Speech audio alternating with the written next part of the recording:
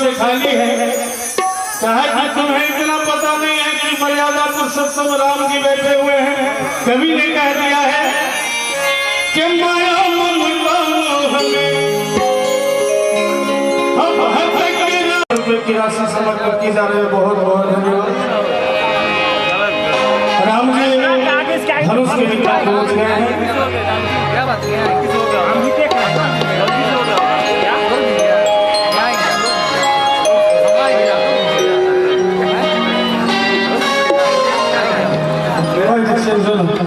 और ये स्वर्गीय रामबली राय का लड़का राम विराज राय की तरफ से 51 रुपया बहुत बहुत धन्यवाद। आप जो बोले सीधे काम कब आओगे कब आओगे जिस्म से जान जुदा हो या कब आओगे फतेह न हो।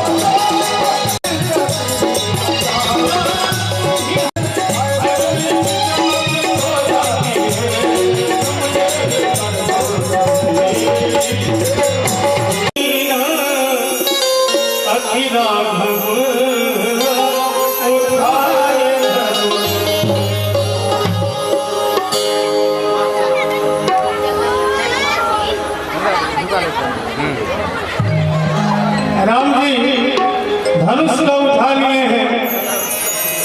सरकार धनुष को उठाए हैं लेकिन तोड़ नहीं रहे।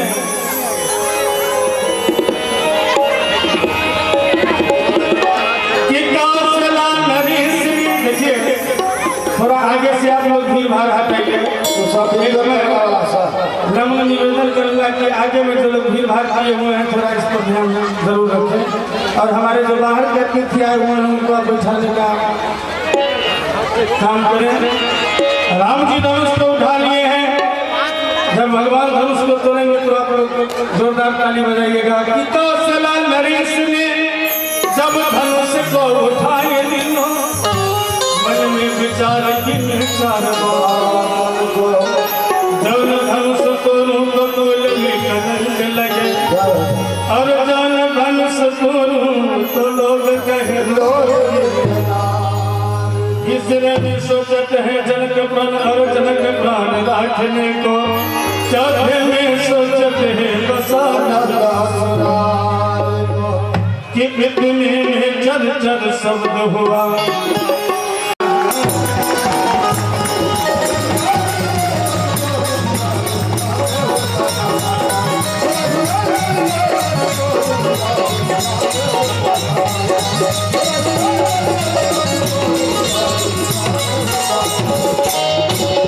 राम जी धनुष को तोड़े हैं।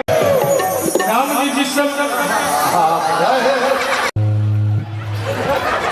राम जी धनुष को तोड़ दिए हैं। सखियों ने कहा कि सखी जानकी जी जयमाला लेकर के खड़ी है। सखियों ने निवेदन करना शुरू कर दिया कि झुक चाहिए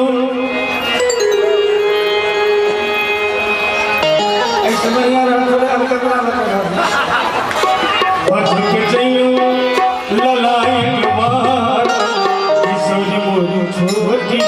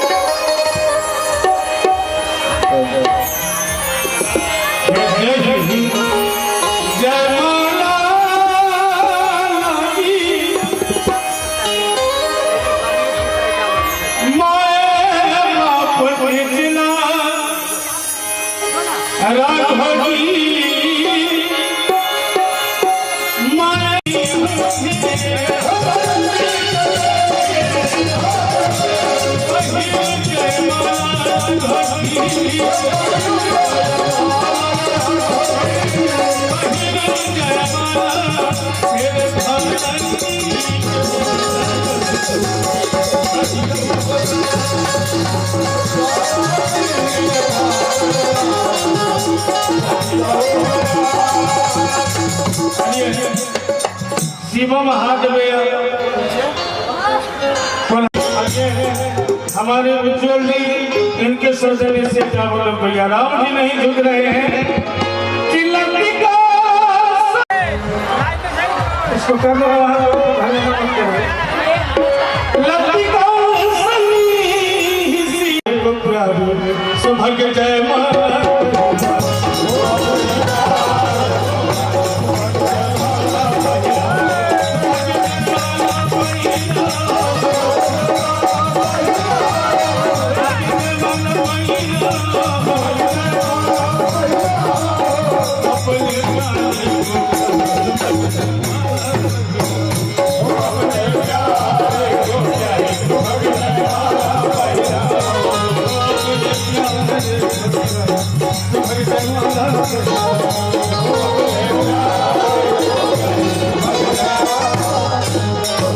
देखिए समय विशेष नहीं लेना है कुमकुम मिश्रा जी। अब इसके बाद मैं किसी कलाकार का नाम घोषणा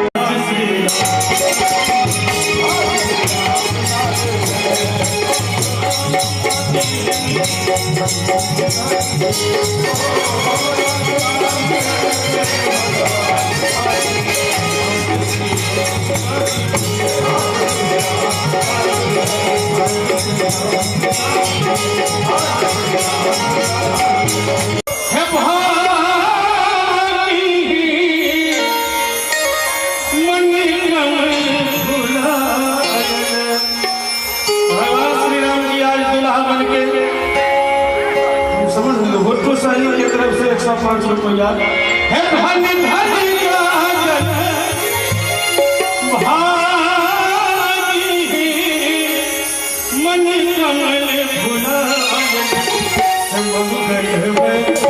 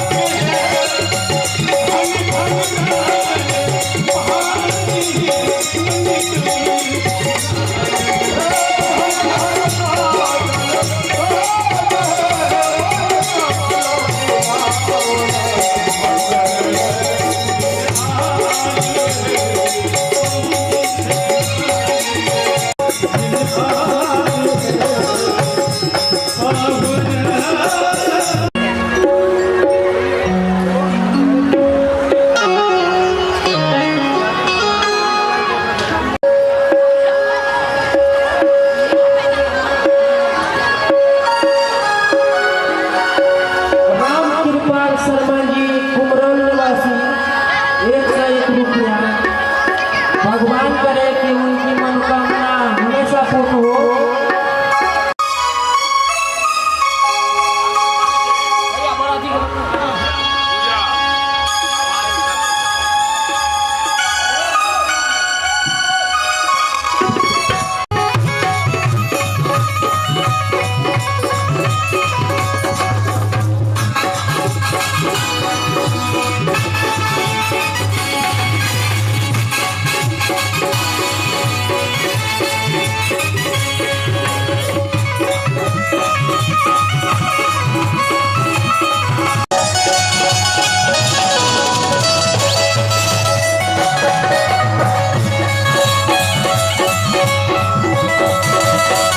प्रारंभ होने जा रहा है। बीना जी आपसे निवेदन है कि जल्द से जल्द नेहा जी के साथ मंच तक आने की कृपा करें। बीना जी समय पर ध्यान देंगे। करीब करीब 10:05 हो रहा है। तब तक आप लोग पूजा जी से सेवा प्राप्त करें। रहे हैं तो कार्यक्रम प्रारंभ हो जाएगा। उसके बाद फिर कहाँ जगह मिलेगा नहीं मिलेगा, इसलिए मैं पुनः आपसे निवेदन करूं कि जल्द से जल्द मंच तक आने की कृपा करेंगे।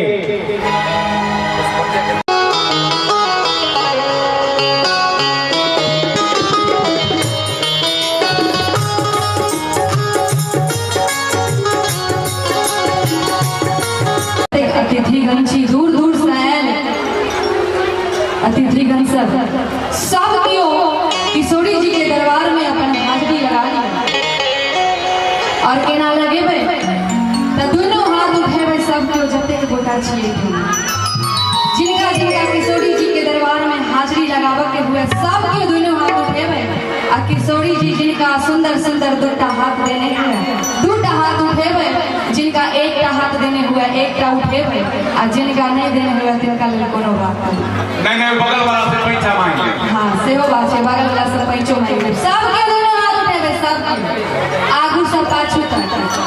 और चूंकि भीड़ बहुत ज्यादा है, हमार नजर बहुत जगह नहीं पहुंच पाए, लेकिन ई नहीं सोचबे जे कोनो बात में पूजा जी हमरा कोनो देखे छथिन नहीं उठेबे त चलते। लेकिन एक बात ध्यान रखबे जे हम नहीं देख रहल छी, लेकिन किशोरी जी के नजर सब पर हुनका नजर से क्यों नहीं बच सके जी, तै हुनका से कोनो कंजूसी ने सब प्रेम से सब क्यों एक बार प्रेम से जयकारा लगा देबे सब क्यों मिलकर प्रेम से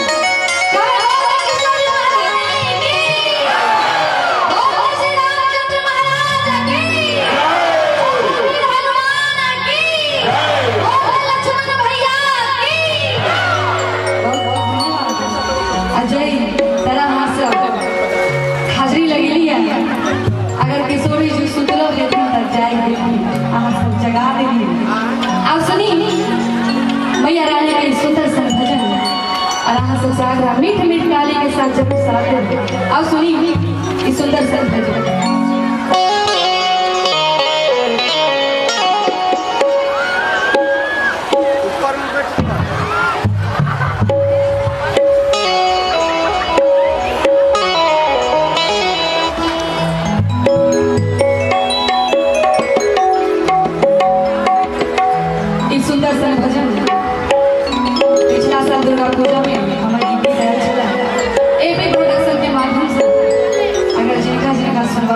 यूट्यूब पर पूजा झाड़ी सर्च करा हमारे सब का गीत भेज दे और वही में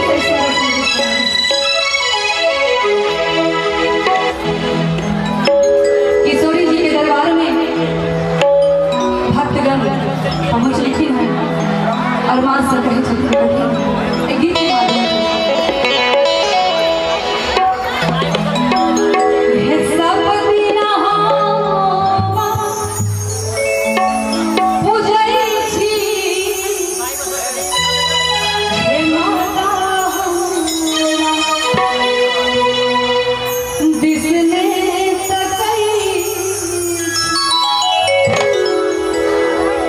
हे किया ने तकई छी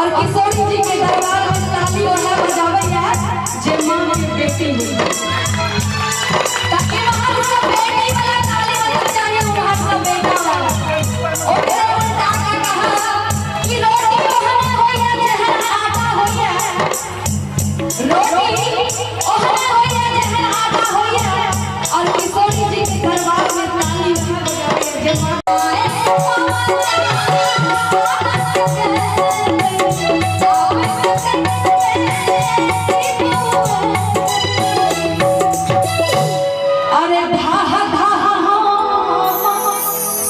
जरई थी हे माता बिजने तकई हो धाहा धाहा जरई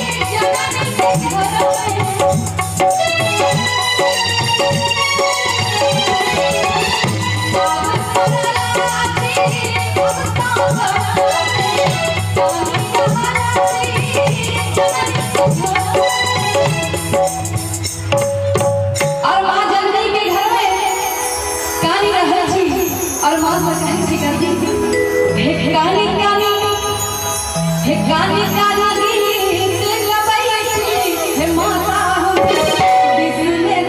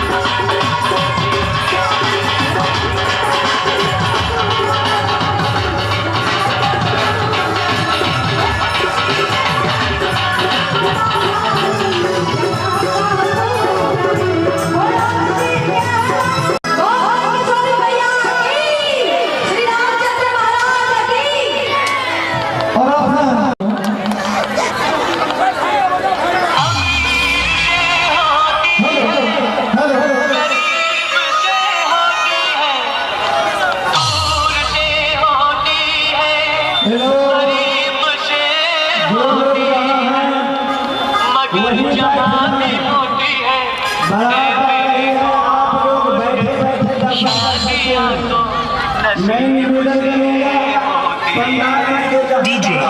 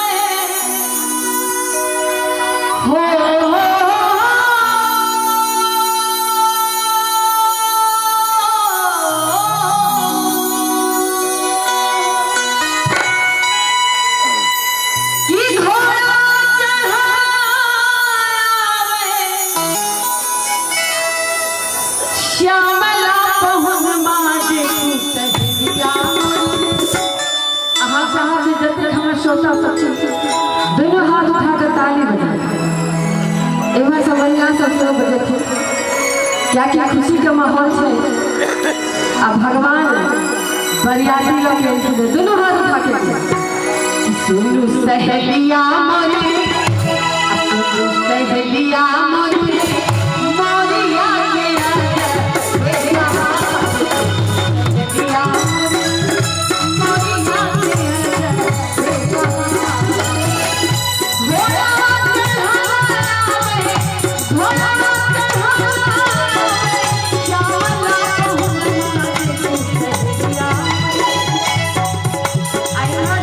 इस तरह सब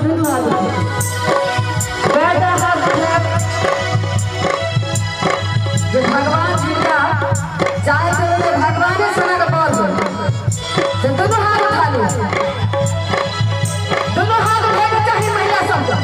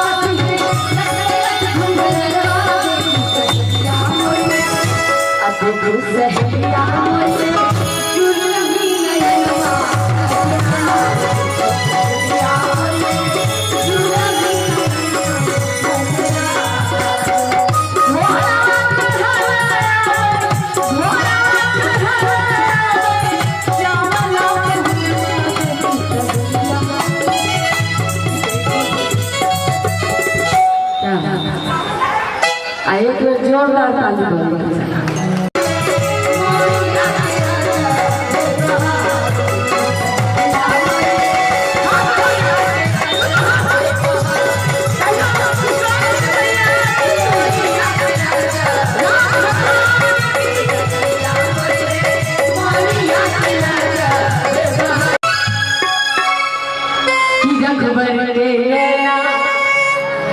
जयकार है बच्चा दोनों हाथ देखियो ई कार्यक्रम में छे ई भक्ति संध्या से भगवान श्री राम के विवाह से कीर्तन के आ कीर्तन में अहाँ के ठाकुर का बड़ा भक्त छे की रघुवर के नैना रसीला है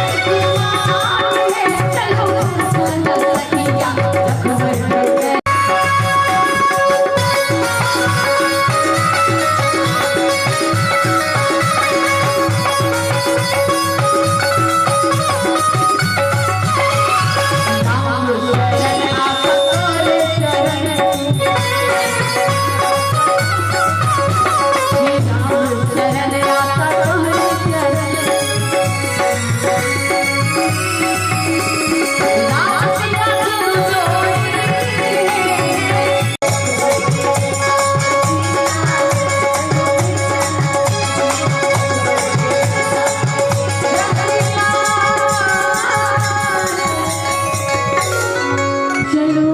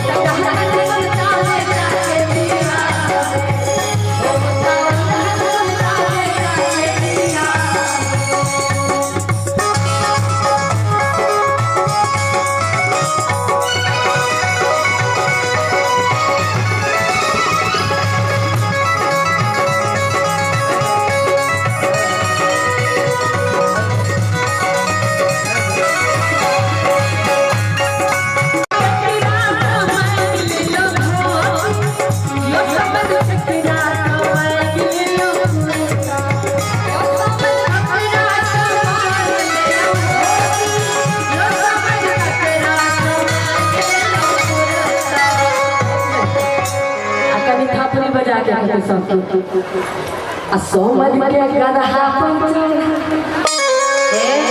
हेरिका काली चून लगा समझ जे माइक चाइन कोई कपड़ा पहिर को आला पूरा दमिलानी कहे छे हिनका कारी चून लगा और हिनका गदा पर बैसा असल से काम घुमाबू में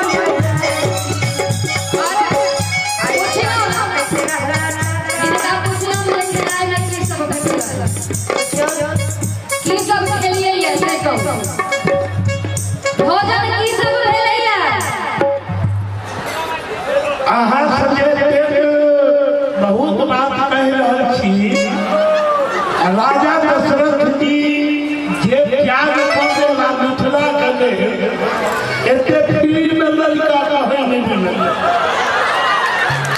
लेकिन हमरा हमर प्यार है ये एगो कहते कहे चल लड़का कोई नहीं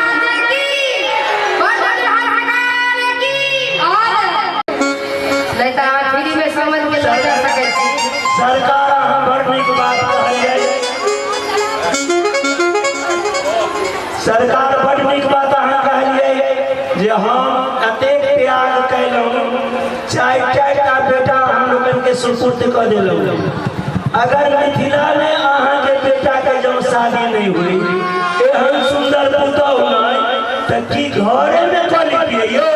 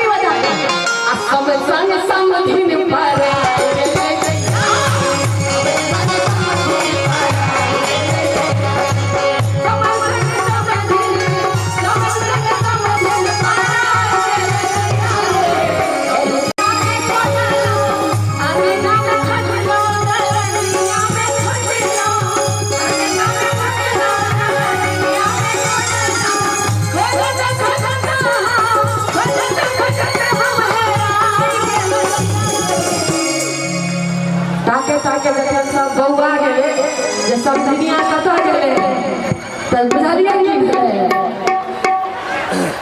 आ मामा संगे मामी पारा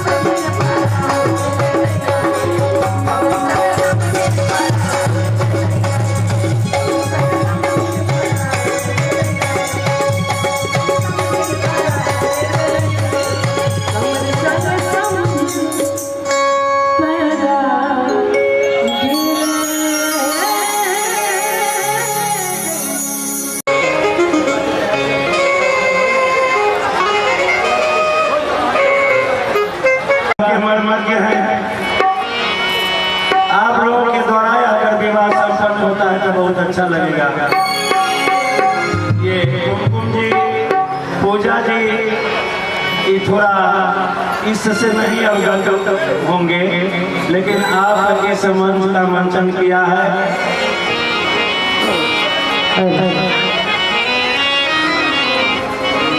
और हाथों से निवेदन करें कि मीठी मीठी ताली के साथ सुबह हो सुबह दो चरण आज सब गोटा साथ मिलकर हमें हमारे समर माता बहन सब सबसे निवेदन है पावन के परीक्षण करें। कई परीक्षण के बाद हम बीना जी